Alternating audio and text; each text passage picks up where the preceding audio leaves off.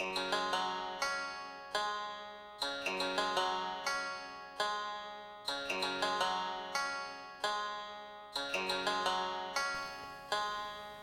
December 18, 1999, breathless with excitement, hundreds of students celebrated the culmination of years of hard work and learning at the graduation ceremony of the University of North Carolina.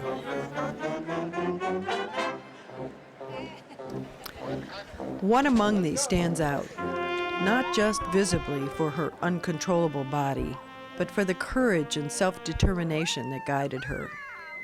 28 years earlier, during her birth, Lara Parker did not breathe. Go, Lara! Woo! It is the thread that connects these two breathless moments and the 28 years of a life that she was not expected to have that we now revisit.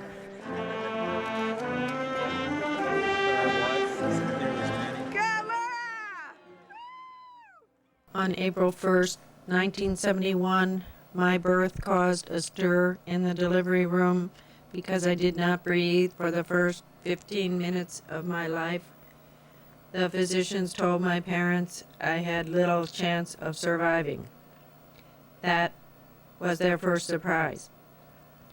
I wasn't actually diagnosed with cerebral palsy until I was 9 months old, when I failed to meet developmental milestones of lifting my head, turning over, and sitting up.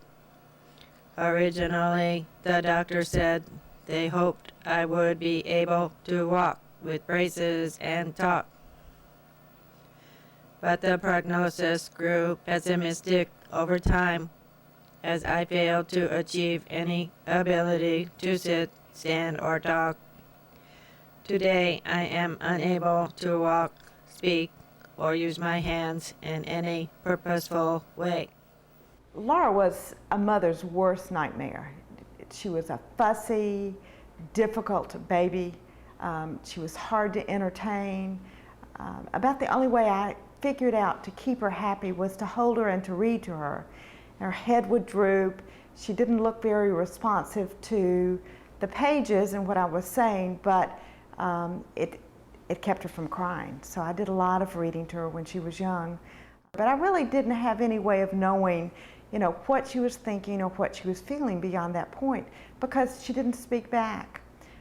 I drove her to Richmond, which was 60 miles away, once a week to physical therapy. This was back in the days when they were a little more lenient about speed limits, and also when you could have car seats in the front seat.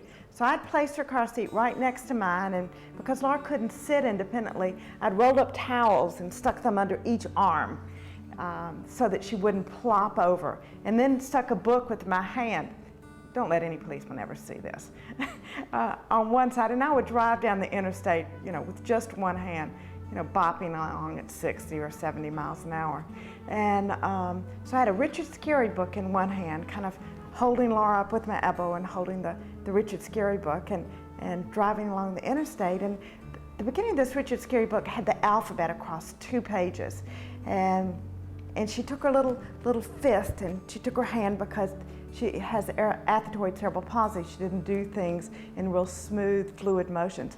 And she did like this, and then like this, and like that. And I thought, gee, that hit D-A-D. That has to be a mistake. And I said, Lara, did you just try to spell out a word? And she started laughing. So I said, can you spell another word for me? And she hit C-A-T. I almost ran off the road. I was just blown away. So I pulled over to the side of the interstate, and I thought, surely I have misunderstood this. Surely this child who can't speak and can't sit up and who cries a great deal of time is not spelling words, and she's not even 3 years old. Lara was finally tested and found she had a sight-reading vocabulary of 50 words. After they realized Lara could communicate, they worked hard to develop these skills. Words and symbols were attached to flat poster boards. For me, it was validation that Lara could understand. For the teachers and the therapists, I think it was the beginning of understanding that that there really was a little mind inside this very uncooperative body. From that point, I began the long journey to develop communication skills. It took years and a lot of patience and hard work. I used those skills not only to meet my basic needs, but to be comforted when I was hurt. I needed communication skills to interact with the world, to have a life beyond my immediate family. Lara was desperately trying to get out of her little body and tell us what she wanted. She wanted to be part of the larger world. It was more fun there. She had been exposed to this world through two sisters who lived across the street. They played hide and seek. They played hide and seek with me and didn't seem to care that I was unable to walk. There was lots of laughing and joking. I felt like one of the gang. Mary and Elizabeth would sometimes take me to their house to play Monopoly. I was thrilled when I played with my dad. I always won. You were the first person we ever knew that was in a wheelchair, but it didn't really matter. Your chair opened up a whole world of possibilities for speed. We used to speed around with you. I think your mother's heart was in her throat a few times. She wanted you to have playmates, but I don't think she bargained for the Preston girls' version of fun. But no one ever told us to cool it or not to do this or that, which is why the day we played Monopoly for the first time, the outcome wasn't what you expected. We started to play, you chose your piece. We put the dice within your reach and you rolled the dice. We moved your piece around the board. Shortly, it became apparent to you that you weren't going to win the game. We had known you long enough by then to recognize the signs of anger. Your lower lip would stick out and your eyes behind your glasses would close into slits. You swung your arm over the board and wiped it clean. Mary and I looked at each other and silently decided it was time to take you home. It never crossed our minds that we should let you win. We didn't know we had been there as you took the first steps on your journey into a world that wouldn't always cater to you or give you special treatment. You were just Laura, our friend. In our young and innocent minds, it really was as simple as that. No sympathy from these friends. I shaped up fast and learned to be an equal. Laura went to a residential school for 18 months where she received physical and occupational therapy every day and learned to use a headstick. This 18-month period answered many questions. No, she was not going to walk or sit independently. Not the answers her family wanted, but it was clear Laura could communicate on a much more sophisticated level. She had to be really inventive. Since someone who's 5 and 6 years old doesn't have a large spelling repertoire, she had to think of other ways to communicate what she wanted us to know. One day she told me, "Mom, I want a 1, 2, 3 Monday, Tuesday, Wednesday." I thought, oh, in the world, it's a 1, 2, 3 Monday, Tuesday, Wednesday. She wanted a calendar. And so she was describing it by function. Or, "Mom, I rode in a box that went up and down." Now that one took me 2 hours to figure out. There was an elevator. After residential school, Laura entered first grade at a self-contained Easter Seals facility for people with physical disabilities. But since it was already clear Laura would not walk, the family decided to concentrate on her strengths, which were academics. When they moved to North Carolina, they decided to mainstream her. 6 months after being diagnosed with MS, the principal of our school called me to come in and said that she would like for me to work with a young girl who had cerebral palsy. She was going to be the most severely handicapped child ever to be mainstreamed into the school system. I was horrified. How could I do that when I needed help myself at times? The door opened and in came a lovely young woman pushing a wheelchair with a beautiful little girl in it. I fell in love with Laura at once. Laura's mother put her headstick on, and told her to tell the teacher how old she was. Laura pointed to these words on her communication board. I am 7 years opposite new. Confused, the teacher confessed she didn't understand. She laughed, and Laura's laugh is very beautiful. She looked to her mother to explain it to me, and her mother said the word old is not on her communication board. So opposite new, Laura put in. At that time, I knew this was a quick-witted child who was going to keep me on my toes. A large wooden manual communication board was attached to Laura's wheelchair. Between she and the board, they took up the space of 4 children. During circle time, the children in the class rotated, being allowed to sit in my wheelchair and use my communication board. The children gained immediate respect for how difficult it was to point to words with a headstick. You had to be able to spell, read whole words, or express a thought in an alternative manner to communicate your thoughts. A tall order for most second graders. My world was expanding while my classmates were getting a glimpse of what it's like to be me. Throughout those early years, Laura reached for some acceptance from her peers and struggled with the same socialization process that all kids go through.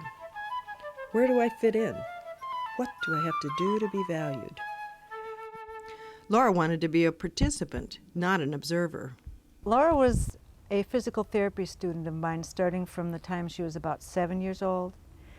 And I started out with her doing the kind of traditional things that we do with children, or used to do, stretching and strengthening exercises and practicing sitting, etc. And I can clearly remember one day I had her over a big ball and her head was down and she was trying to lift up. And I realized that I was bored, and I looked down at her face and she looked bored. And so I said to her, Laura, this is really boring, isn't it? And she went, yeah. So I took her off the ball and said, we're not going to do therapy anymore. All we're going to have is fun. So we decided together that what she wanted to do was ballet.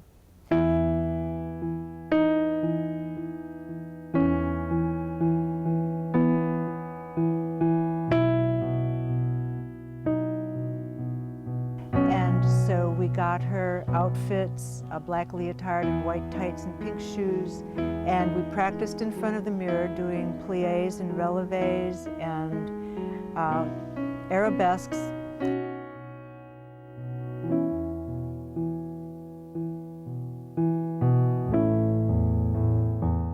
She and 2 other girls who were also patients of mine at the time put together a classical ballet recital with full pink tutu, and invited all friends, relatives, and people who worked at the clinic, served refreshments. And they did such a beautiful job in the ballet. There wasn't a dry eye in the house.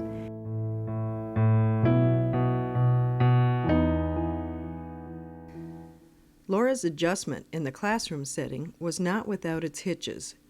The earlier self-contained environments had left her with few coping techniques under stress. A caring adult had always been present to rescue her.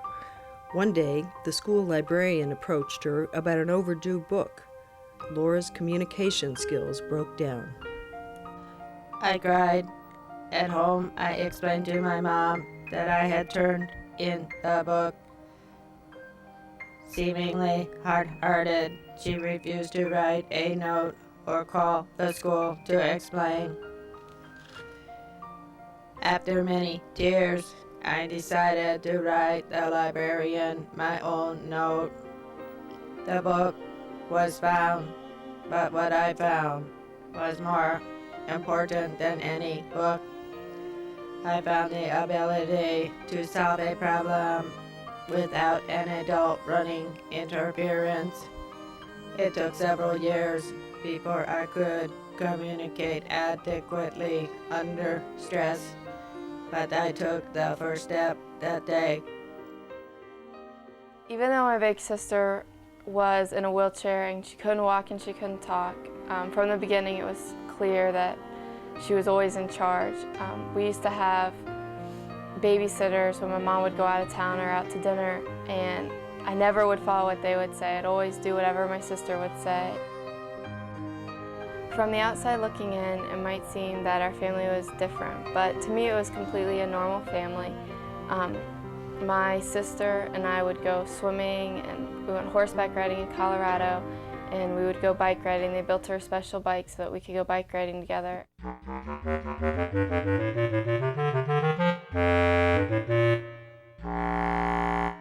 I wouldn't say that her disability made us different, but it was more her age difference that was probably the hardest thing, because when I was still playing with dolls around 6 and 7 years old, she was off with her friends, coming over, watching TV, reading magazines, gossiping, whatever. She wasn't too much interested in playing dolls, but she taught me that even when people tell you you can't do it, you sure as hell can.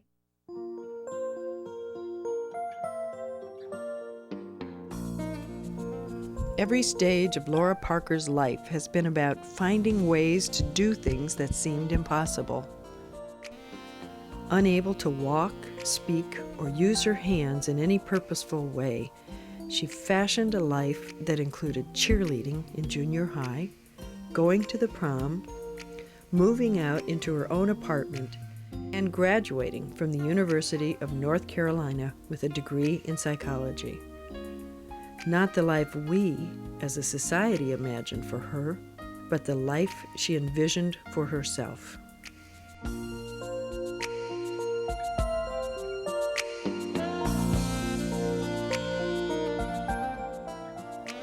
Along the way, Lara met a variety of individuals who pointed the way to a more independent lifestyle. During elementary school, she saw a young adult in a wheelchair at a local shopping mall. He was unable to speak or walk. In conversation, she learned he had done college correspondence courses and later entered a university. His search for independence predated inclusion laws. Lara had never thought of her life in that way, and suddenly thoughts of higher education became a possibility. Their lives crossed peripherally for a moment in time, but the impact was profound. Lara would begin imagining higher education and more independence, and the young man, Ricky Creech, would go on to develop an icon system for nuclear power plants. I had always dreamed of being on my own. I remember talking about it when I was in high school. After I started college at the University of North Carolina, the desire to live on my own became stronger. My interests and activities no longer matched the routines of my family. My father had died, and my mom worked and was tired at night. Her idea of fun was going to bed at 10 o'clock. I wanted to stay up late, study, talk with friends, go out and goof off.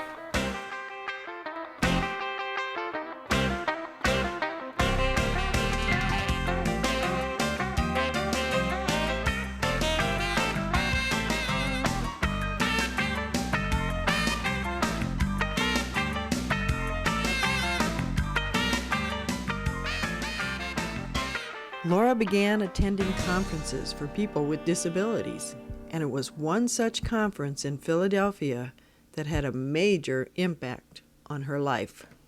There, Lara met severely handicapped people who lived independently, and the next phase of her growth began. Motivated by their examples, she returned home to lobby for an opportunity to move into her own apartment. Lara and her mom went to different agencies for help, but Lara didn't fit into the mold. She was not mentally retarded, so she didn't fit in there. Her physical handicap kept her from other programs, so she didn't meet anybody's criteria. Laura told her mom, "This is not working." And she was right. So we decided on a different strategy. We invited them all to come to our house and to meet in our living room one day and brainstorm together about a way this might be possible. Laura prepared a speech about why she wanted to move out on her own, and the opening of the meeting with everyone sitting around my living room was Laura speaking with her voice, her artificial voice with her computer, why she wanted to move out. And it was powerful. It was very powerful as she articulated exactly what her vision for her future was. When she finished speaking, I didn't say a word. Well, and no one sitting around the room said anything either. And so the silence became deafening. It was really an uncomfortable silence. And finally, one person spoke up and they said, "Well, you know, I suppose I could interpret this regulation in that way, Laura, which would give you some latitude with your deduction and perhaps make it possible for you to do this." And then all of a sudden, another person spoke up and they said, "Well, if you can do that, perhaps we could interpret things in this way." And before the end of that afternoon, a plan was in place for Lara to move out on her own. She needed her family's support to take this next step. They helped her develop decision-making skills. By not overprotecting her, she was able to grow and mature in ways that often elude people with significant disabilities. On January 15th, 1993, Laura moved into her own apartment. I had waited such a long time to live on my own. Against all kinds of odds, I had pulled it off. If I was fearful of this new endeavor, or sad to think my family would not be staying, I was not aware of it at the time. I just remembered that I could hardly wait until they finished unpacking my boxes and straightening the shelves. It was time for them to leave and time for me to begin my new life. I did not realize how much work or determination it would take to live on my own. I found 2 housemates by advertising in the local newspaper. Free room in exchange for helping physically handicapped college female in the evenings.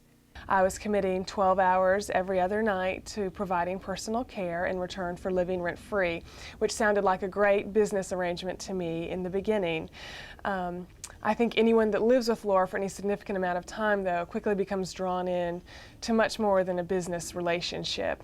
Although in some aspects it's very different than a typical college roommate experience in that you're providing personal care for someone who lives with you.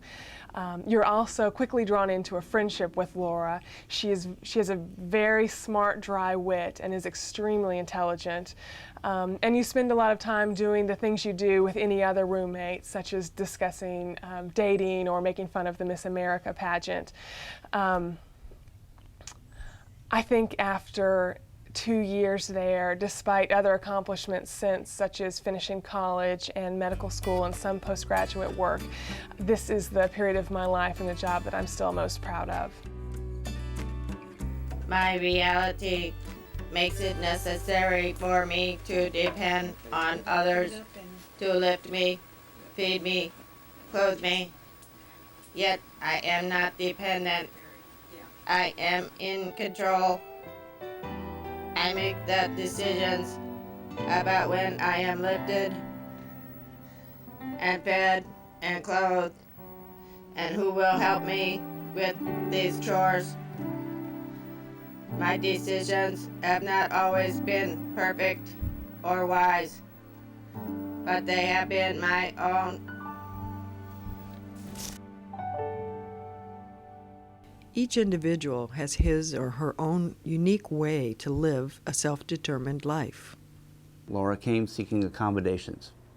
She looked me in the eye. She was a self-determined woman. She was going to do it. We made sure the classes are accessible. We provided tests, but for her a test would take up to 8 hours. Most students take an hour. Most students graduate in 4 years. Lara took 10 years. She did it. She did all the work herself. She did it her way. And she didn't want to be treated any differently than we would treat any other student. It took Lara a long time to learn about the two different worlds of which she was a part. The world of people who are disabled with their unique needs, and the world of people who are more able-bodied, and to see that she was a part of both of those worlds. We at the North Carolina Council on Developmental Disabilities believe that Lara Parker leads an enviable life by any standard. To acknowledge that, at the turn of the millennium, we presented Lara with an award at the first regional conference on self-determination. In front of thousands of people with disabilities and families, it was perfect because Lara Parker represents a life worth leading, a life of full citizenship, a life that exemplifies the dignity and respect and contribution that all people with disabilities should be afforded. I guess what I admire most about Lara was her spunkiness and her view of herself as a perfectly ordinary little girl. She always figured out a way to do what she wanted to do. I think what I admired most about Lara is, although there seems to be a dependence on other people, she had personal care attendants and all that, is that she was very, very independent. And it wasn't that she was independent because she was dependent on other people, but she was independent because she controlled the shots. Lara has a lot of characteristics, and a lot of these characteristics might have been thought of as negatives when she was young. Boy, did I think of them as negatives. She was stubborn, and she was persistent, and demanding, and all these characteristics as a young child were the same things that she turned into assets and strengths as an adolescent and as an adult. Her stubbornness became persistence. Her real need not to be left alone and to be communicated with became what kept her involved with the world. She has a real unique quality and a wicked sense of humor, a really wicked sense of humor that kind of takes you off guard when you hear her comment on things. And refreshing honesty. She has become in charge and control of her own life, and I respect who she is. And I'm proud of who she is. And I can't think that there's anything that any mom in the world would want more than that.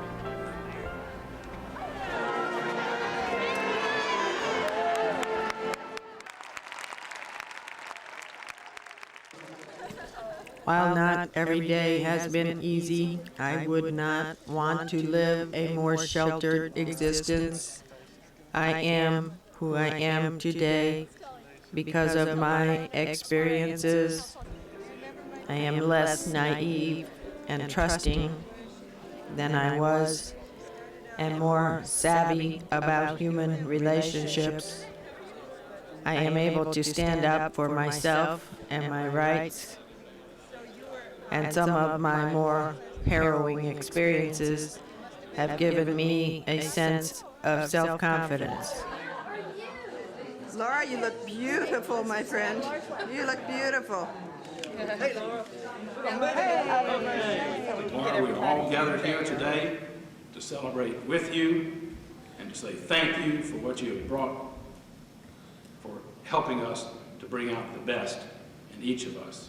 Your joy is our joy. Congratulations, and look out, world.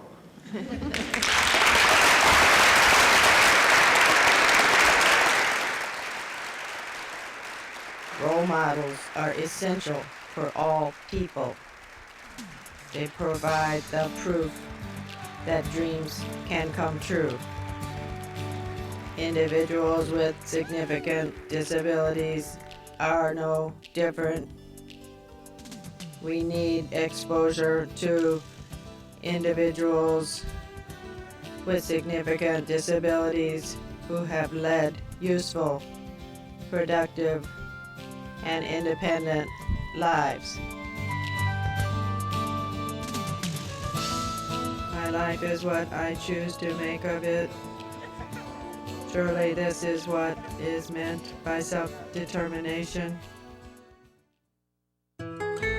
From one breathless moment to the next, Laura has always reached for the light.